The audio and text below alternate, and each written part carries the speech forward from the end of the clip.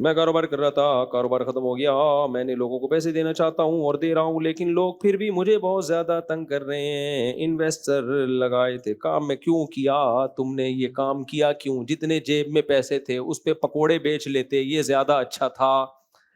پہلے لوگوں کا پیسہ لے لے کے تجربے کی بھینٹ چڑھاؤ, پھر جب پبلک مانگتی ہے تو پھر بولتے ہو کہ تنگ کرتے ہیں, تو وہ تمہارا اپنا پیسہ ہے, وہ مانگے گا نہیں تم سے کیا؟ تو یہ تو ہوگا, یہ تو کسی کتاب میں لکھا ہوا ہے, سب کتابوں میں یہی لکھا ہوا ہے. اس میں تھا نا کسی کتاب میں نہیں لکھا, سب کتابوں میں یہ لکھا ہوا ہے, جب کسی کا پیسہ ڈبو گے تو وہ لے گا پیسہ. یہ کام ہی ایسا نہیں کیا کرو. میں اپنا واقعہ سناتا ہوں نا. ایک صاحب آئے میرے پاس, وہ کئی سال پرانا واقعہ ہے, تو اس زمانے میں 2.5-3 لاکھ کی بھی ایک ویلیو تھی. وہ 2.5-3 لاکھ روپے تھے ان کے پاس, میرے پاس لے کے آ گئے کہ ابھی یہ فالتو میں پڑے ہوئے ہیں, تو آپ کسی کاروبار میں لگا دو مفتی صاحب, تو مجھے 2-4 مہینے بعد دے دینا, بھلے پروفٹ نہیں بھی دو تو اچھا ہے, آپ کے استعمال میں آ جائیں گے پیسے. تو میں نے کہا بھائی میں 2-2.5 لاکھ روپے استعمال کروں, میں کہاں سے دوں گا تمہیں 2-2.5 لاکھ روپے؟ تو انہوں نے کہا نہیں پھر کسی بزنس میں لگا دے. میں نے کہا بزنس میں نقصان ہو گیا تو میں کہاں سے دوں گا؟ کہہ رہے نہیں یار آپ سے کیا مسئلہ, کوئی بات نہیں آپ رکھ لو, آپ مجھے پتا ہے آپ 2 نمبر ہی نہیں کرو گے. میں نے کہا بھائی یہ اپنے 2.5 لاکھ روپے پکڑ, مجھے فری میں بھی دے گا میں نہیں لوں گا, یا تو مجھے گفٹ کے نام پہ دے دے, یہ تحفہ ہے.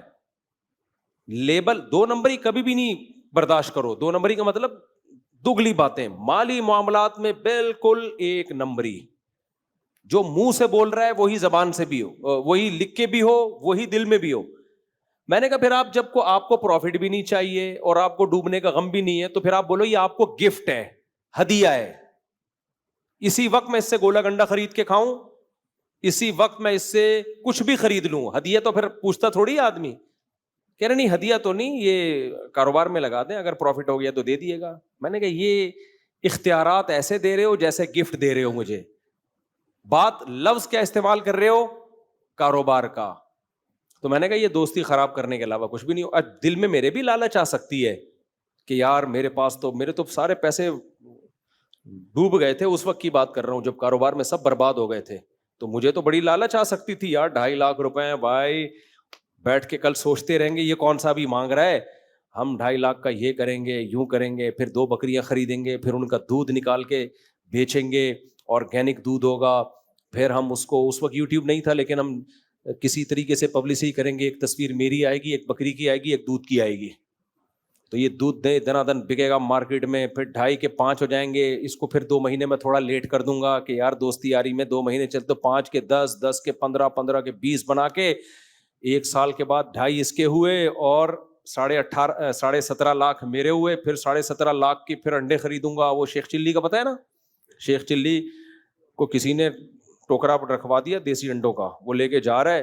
اس کے ذہن میں آیا کہ اگر یہ تو ٹوکرا لے کے بھاگ گیا نا تو کیا ہوگا کہ یہ انڈے تو مرغی کے نیچے رکھنا, اس سے نکلیں گے چوزے, پھر وہ چوزے کو تو کھلانا پلانا ہو جائیں گے وہ بڑے, پھر اس سے بریڈنگ کروانا اور چوزے, پھر اور چوزے, پھر اور چوزے. 4-5-6 سال کے اندر تیرا پولٹری فارم کا پورا ایک بزنس. پھر وہ انڈے ہی انڈے, تیرا دیسی انڈوں کا بزنس. پھر تو ایسا کرنا ملازم رکھنا, سوچتا ہوا جا رہا ہے نا, ملازم رکھنا, پھر تو یہ کرنا. پھر ایک دن آئے گا 5-6 سال کے بعد تو بھائی نوٹ چھاپنے کی مشین. پھر اس کے بعد تیرا ہوگا اپنا ذاتی گھر, پھر تیری ہوگی خاندانی سی بیوی, کیونکہ پیسہ ہوگا ظاہر ہے, تو بیوی بھی بڑے گھر کی ملے گی. پھر تیرے ہوں گے بچے, پھر بچے تو آپ کو پتہ ہے پیسے مانگتے ہیں, پھر وہ آئیں گے ابو پیسے, میں بولوں گا ہٹو یہاں سے. اس کا اپنا اسٹائل ہوتا ہے نا بچوں کو ڈانٹنے کا, تو جب یوں کیا نا تو انڈوں کا ٹکڑا ڈھڑام سے نیچے, وہ سارے انڈے ہی ٹوٹ گئے. تو جو مالک تھا نا اس نے بولا کم بخت تیرا پاؤں کسی ٹھوکر لگتی تجھے, کوئی کھڈے میں پاؤں آتا, پھر یہ انڈے ٹوٹ جاتے. میں کہتا چلو یار ٹوٹ گئے, تو نے تو یوں کر کے خود گرائے ہیں, یہ نکال پیسے. تو یہ شیخ چلی کہتا ہے کم بخت تو اپنے پیسوں کو روئے رہا ہے, میرا خدا کی قسم پورا خاندان تباہ ہو گیا ہے. میرا پورا خاندان تباہ. تو میں بھی وہ 2.5 لاکھ لے لیتا. میں یہ شو مارنے کے لیے واقعات نہیں سناتا, آپ کو موٹیویٹ کرنے کے لیے بتا رہا ہوں. پیسوں میں کیا رکھو؟ 1 نمبری. کسی کے پیسے پہ دل نہ لے کر آؤ. عزت کے ساتھ تمہیں ہدیہ مل جائے نا وہ ٹھیک ہے, کلیئر کٹ بات, بھائی آپ کو گفٹ ہے بس. 2 نمبر ہی کیوں کر رہے ہو یار؟ یہ آپ لگا لو تو پھر یوں ہو جائے گا. ابے تو ہمیں بیوقوف سمجھا ہوا ہے تم نے, ہمیں لالچ میں ڈال رہے ہو یار.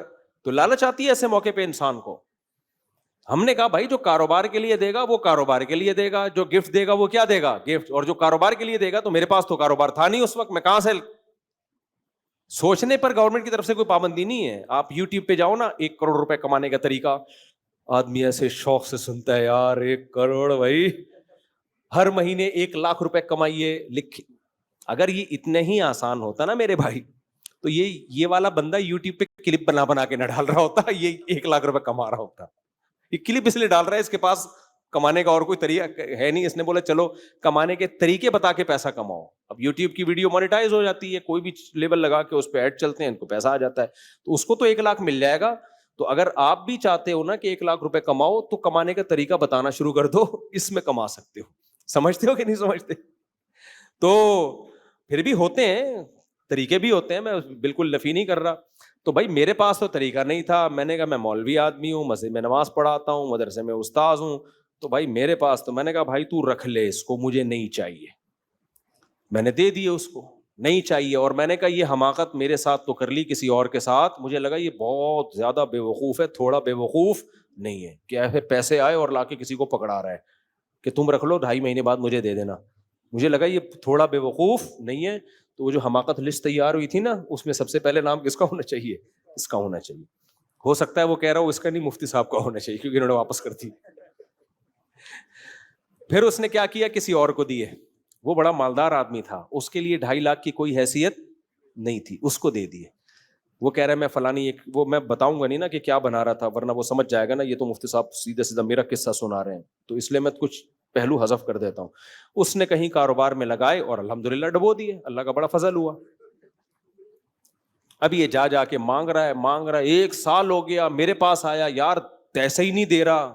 میں نے کہا اگر وہ پیسے دے دینا تو میرا نام ہٹا کے اس کا نام ڈال دینا. تو کوئی بھی نہیں چاہتا کہ اس کا نام احمقوں کی لسٹ میں.